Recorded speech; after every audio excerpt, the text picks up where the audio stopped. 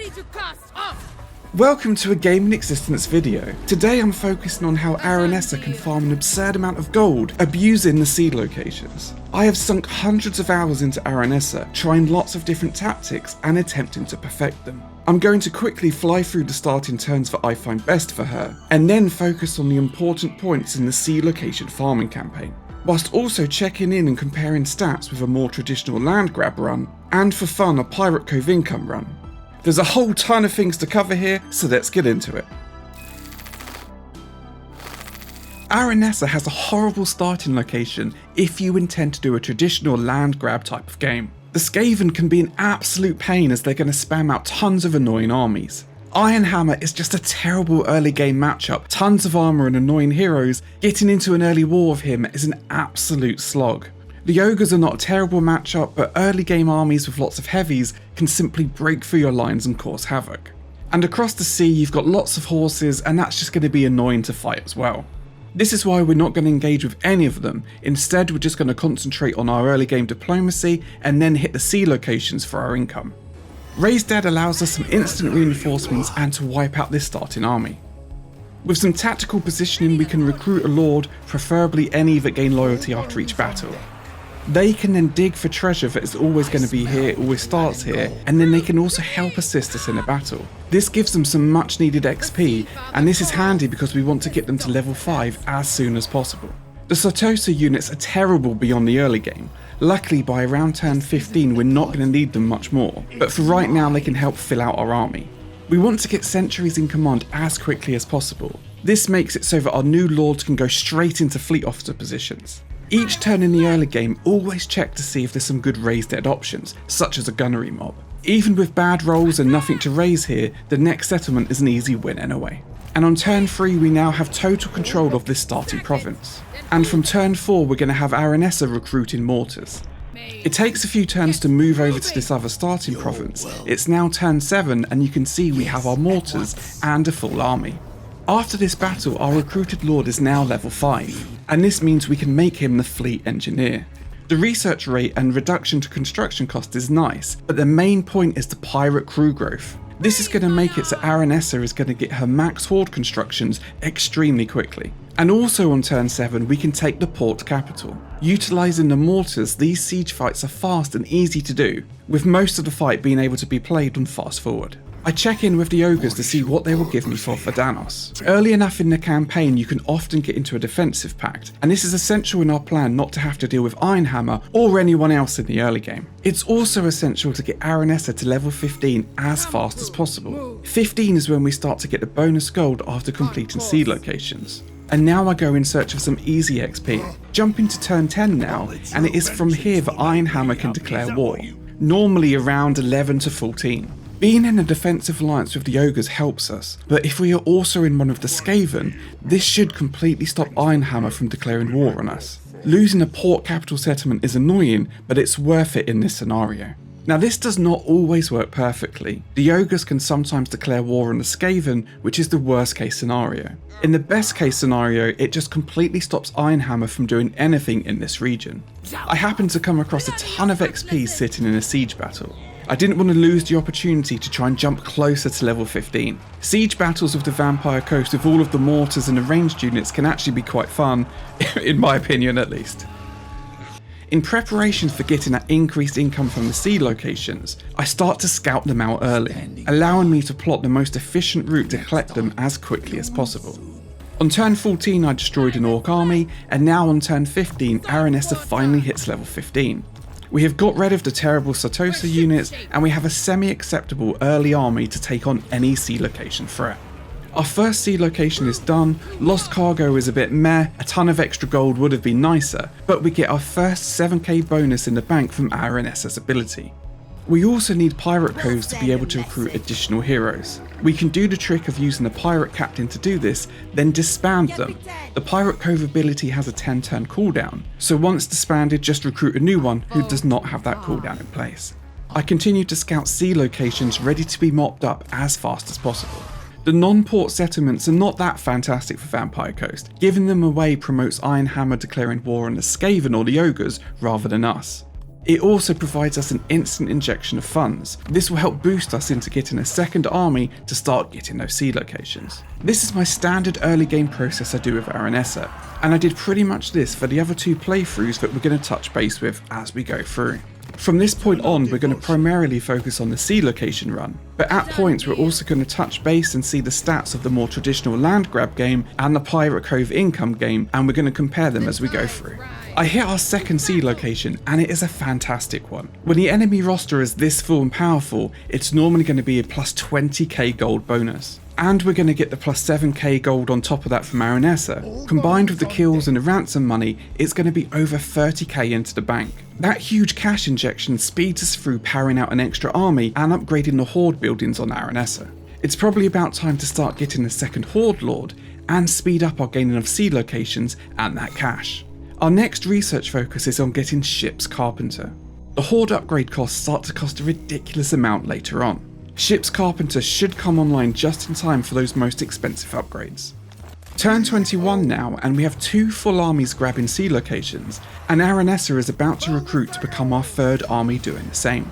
Plus we can spam out a bunch of gunnery heroes. They can scout out sea locations for us, boost our research speed, and if they happen to be near any treasures, they can also dig them up. Auto-resolve losses on armies that can't recruit replacements can be really annoying. Some of these early fights, they're easy to win, but you have to play them out to avoid those losses. Eventually, it will just be horde lords which are doing sea locations. They'll be able to recruit any auto-resolve losses. And in one turn here, we gain 46,000 gold just from sea locations. The sea location fights that have bad auto-resolve outcomes are generally extremely easy to win, and again can be played mostly on fast forward for large parts of the battle. And over these next few turns, our triple threat of lords taking sea locations are going to gain a whole ton of gold. Over 130k gold in just 5 turns. I've used this sea location tactic a couple of times in multiplayer games, and the other player could simply not keep up my pace. By around turn 80, I generally had double, if not close to triple the amount of provinces compared to them. Sea location farming is boosted by having these heroes do the scouting, allowing the lords to travel directly to the sea location without doing any scouting themselves. Turn 29 and I'm recruiting a 4th lord who can slot directly into a fleet officer position. We're running at an income deficit each turn because we basically have no province income, and this deficit is only going to increase as we recruit more lords. But more lords means we're going to be getting more sea locations, and that is going to boost our income that way. We need to spend a bunch of that income on pirate coves here so that we can recruit more heroes, but also make it so our lords start at a higher level.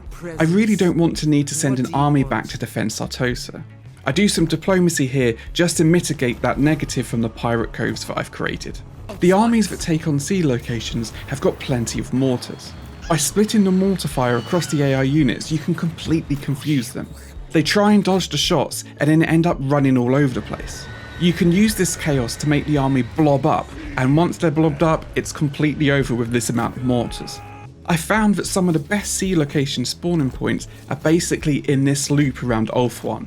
The idea is to get a lord running that loop. By the time they finish it and start the loop again, the sea locations will be respawning, allowing the lord to just simply keep doing this loop and farming sea locations. In this period of the game, it's all about building a huge surplus of gold. We're in a holding pattern waiting for Ship's Carpenter. Once that's completed, we can start smashing out all of Aranessa's horde upgrades and they won't cost as much. Once Aranessa is fully upgraded, she can start chucking out doom stacks. And once we get to that point, it's going to be the bottom left island of Lustria that we're going to take first. It has a whole ton of port settlements and lots of capital ports as well. Vampire Coast income is heavily dependent on ports, and getting those capital ports is going to really help us in the mid and late game. And around turn 31 seems like a good point to check in with the stats of our other games. Our occupied land grab gameplay, we can see our total income is about 46k. And none of this is from sea locations yet. This is because we've been bogged down fighting on land. Our run where we're establishing pirate coves to try and get our income is around 150k, but a huge portion of that, 93k, is from sea locations at this point. And coming back to our main playthrough, solely focusing on sea locations, and you can see we're already at over 300k. The description has the exact details for how I calculated the difference in incomes between the different playthroughs, if you're interested in that. On turn 34 and we put Ship's Carpenter onto Aranessa, making it so we can completely upgrade all of our horde buildings and get ready to start spamming out our doom stacks. Picking up lost treasures using the maps is entirely optional. I tend to only do it if they bunch up in one area or one of my scout heroes is close by anyway. Something to note is that if you fail to dig up a treasure, there is a bug. The hero will then never tell you they have not activated. Ensure that you select them and then manually move them. This will then make it so that if they haven't activated, you will get the alert at the end of the turn. Whilst talking of bugs, there is also a huge one to be aware of. If one of your fleet officers is killed, the fleet officer ability turns off and never turns back on, even when revived. If you're not doing a legendary campaign and you lose your fleet engineer or the upkeep reducing cost one, then I highly suggest a reload to avoid losing those fleet officer abilities for the rest of the game. Aranessa is now kicking out doom stacks every 3 turns. This will become 2 turns once Endure and Reanimation kicks in, and it is time to start claiming some territory and getting that building income in. We can't run these massive deficits for the whole game. And just look at this gold earned from seed locations on turn 38. Over 63k in 1 turn from seed locations. That is going to give us a nice buffer to recruit more lords and run that deficit a bit longer. Turn 39 now, and the conquest of the bottom left island Lustria begins. And if we now just have a quick look in on our Occupy campaign, we can see that we already started to take Lustria already, and we even have some nice ports in the Badlands. But with our massive income difference to the sea location run, we have a lot less armies and none of them are doom stacks yet. In our sea location playthrough, even though it is turn 39 before we even started taking an additional province, we are really not that far behind and are just about to start capturing territory at an incredible pace with these doom stacks. Reinforced carcasses will make it so the auto-resolve battles are even more in our favour and speed us through many of these turns by simply clicking auto-resolve. Turn 43 and we have Aranessa recruiting to become our 4th doom stack to help take Lustria. We have a Horde Lord Burke starting to do his 2nd loop for sea locations, and our first Horde Lord is about to head east in search of more untapped sea locations. Once he can recruit his own doom stack, he will start taking ports in the Sea of the Dead also. On turn 50 now, and we're getting our 5th Lord and 5th Doom stack to help us take Lustria as quickly as possible. And we still have our other 2 Horde Lords dedicated to completing sea locations and avoiding us going bankrupt. And it's around here I stopped the Occupy campaign. I had lost a fair few settlements on the mainland below Sartosa, and was struggling with the fights on the mainland in Lustria. This is because I had so much less money compared to the sea location campaign. And of course, some of the money I did have was going to those building upgrades. This made it so I just couldn't afford many lords, and I think I only had 1 doom stack at this point. I could see now I was never going to compete in capturing quicker than the sea location playthrough, and so I elected to stop that run here. I stopped the Cove creation run on turn 44 as it was obvious it was never going to compete with the sea location run. Trying to use pirate coves to get your income is an absolute trap and should be avoided. They pretty much end up costing you more money than they're going to give you. On turn 51, my gold situation is really not looking good, losing almost 21k each turn. But my Horde Lord doing sea locations, Trusty Montford here, has found new lands and new sea locations to exploit. And he also throws out some gunnery heroes to go find those sea locations for him. With this huge financial burden each turn, we can't afford to waste turns not finding sea locations. Vampire Coast want to focus on port provinces. This is because the ports provide additional global port income to all of the other ports. Province capitals which do not have a port will not give you a good return on investment, and so you don't really want to upgrade them beyond level 3. With all that being said, I decided to take the whole island of Lustria anyway. I did this partly for completion's sake and also to potentially stop the AI from trying to move over and claim race settlements.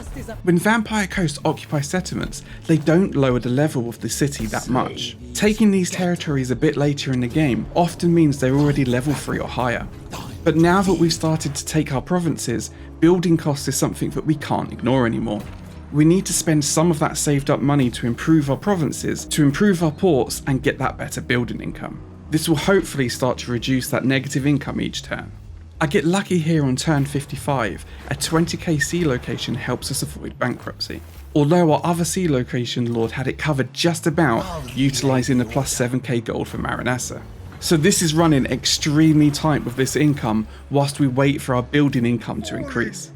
My standard sea location farming army can handle most of these annoying fights with auto-resolve. With a manual fight, you can defeat any sea location and most of the Roman pirates. This is a cheap upkeep army that also packs a punch. You don't want to have expensive doom stacks farming sea locations. The conquest of Lustria continues at a fast pace, and our financial shortfall each turn is quickly reducing. I've pushed it quite a bit with the amount of lords and doom stacks I have, but it's paying off with the speed of gaining new provinces, and I've not hit negative cash yet. And on turn 57 I risk it even further, trusty Montford transferring sea location farming to a new lord, whilst he recruits a doom stack himself to claim these lands. Farming these sea locations is just about staving off that negative each turn, and each new province taken and port upgrade completed will start to reduce that negative even further. The new elf races in this middle sea area can be a complete pain for holding Lustria. They're going to jump out and claim settlements. Trusty Montford though will hopefully put an end to them before they can cause much trouble. And on turn 67, another 20k sea location. With this, plus the fact that we've reduced that negative income to around 8k a turn, we've basically weathered the storm and are going to be absolutely fine, not hitting bankruptcy. Most of Lustria is ours, and soon Ulthuan with its massive port settlements will be claimed. Trusty Montford continues his reign of terror and starts to take the Nurgle Island also. The Elf Islands below and this Nurgle Island have ports in every single settlement, and this is going to be a nice boost to our building income going forward. And the conquest of Ulthuan begins. With these doom stacks, the elves are going to have no chance, and this whole island is going to be taken in a matter of turns. And on turn 74, during the conquest of Ulthuan, we unlock the long victory bonus. At this point in the game, I only have one Horde Lord still focusing on that sea location gold. It's still a steady and good income to carry on doing them, but it's also absolutely fine to move that Lord to a more traditional position of just occupying additional settlements. My other Lords are engaged in taking Ulthuan as quickly as possible, or finishing up the 2 islands in the Sea of the Dead, ready for them to start taking on the coastal regions in that area. This is pretty much what happens over the next 3 or 4 turns. And look at this on turn 82, over 1 million gold earned just from sea locations.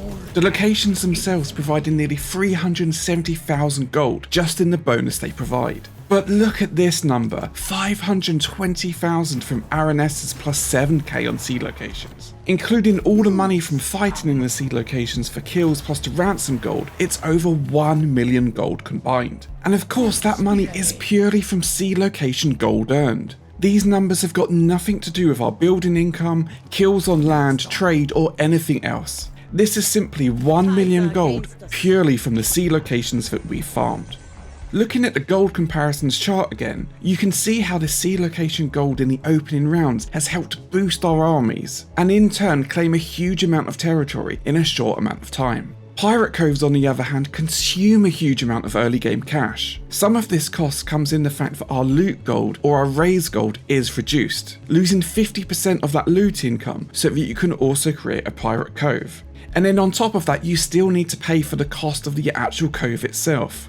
Yes, they will start making you money into the late game, but by then you've completely crippled your early game economy. Let alone if one of your Pirate Cove settlements then gets raised, destroying that Pirate Cove. Comparing our early game gold gains, you can just see how this much extra gold in the sea location game allows you to snowball early.